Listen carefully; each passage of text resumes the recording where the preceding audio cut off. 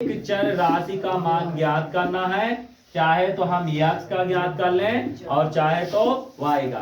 और किसी एक समीकरण से यदि हम x और y का मान निकालते हैं तो उसको किसी दूसरे समीकरण में ही रखेंगे। यह नहीं कि पहला समीकरण में मान निकाले और पहला में ही उस x का मान रख देंगे।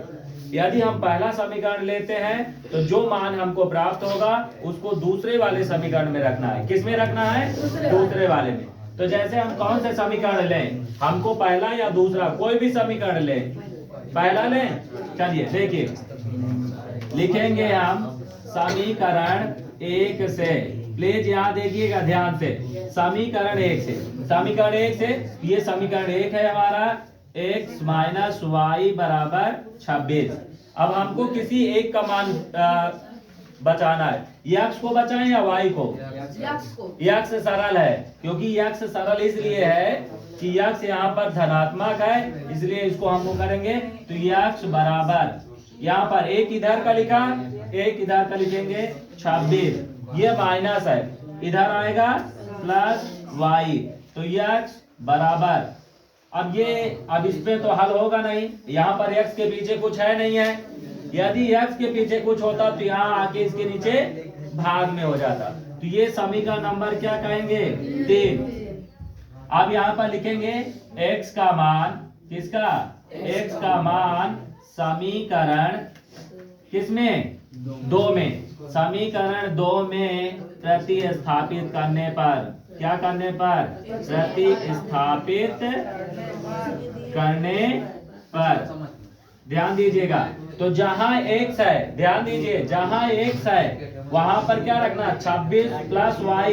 तो ये देखिए x, तो यहाँ पर लिखेंगे 26 प्लस y, माइनस है, माइनस 3y बराबर 0। तो ये हो जाएगा 26 प्लस y माइनस 3y बराबर 0। अब यहाँ पर देखो 26 है, 26, 3 में से 1 गया 2, और माइनस वाला बड़ा, माइनस का चिन्ह लगेगा। अब यहाँ पर आ जाएगा 2y बराबर 0, ये माइनस है, इधर आएगा प्लस, तो 26 बराबर 0 धन 2y। अब 26 बराबर 2 में 0 जोड़ोगे तो ये आ जाएगा 2y। अब 2 इधर गुणे में है, इधर आएगा भाग में, तो y बराबर 26 बटे 2, 2 13 26, तो y बराबर कितना आ गया? 13। अब y का मान 3 में रख दो, तो हम कहेंगे y का मान समीकरण 3 में प्रतिस्थापित करने पर, अब प्रतिस्थापित करेंगे तो x बराबर कितना हो जाएगा? 26 प्लस 13, तो x बराबर 6 3 9, 2 3। भाई किसी को कोई दिक्कत है?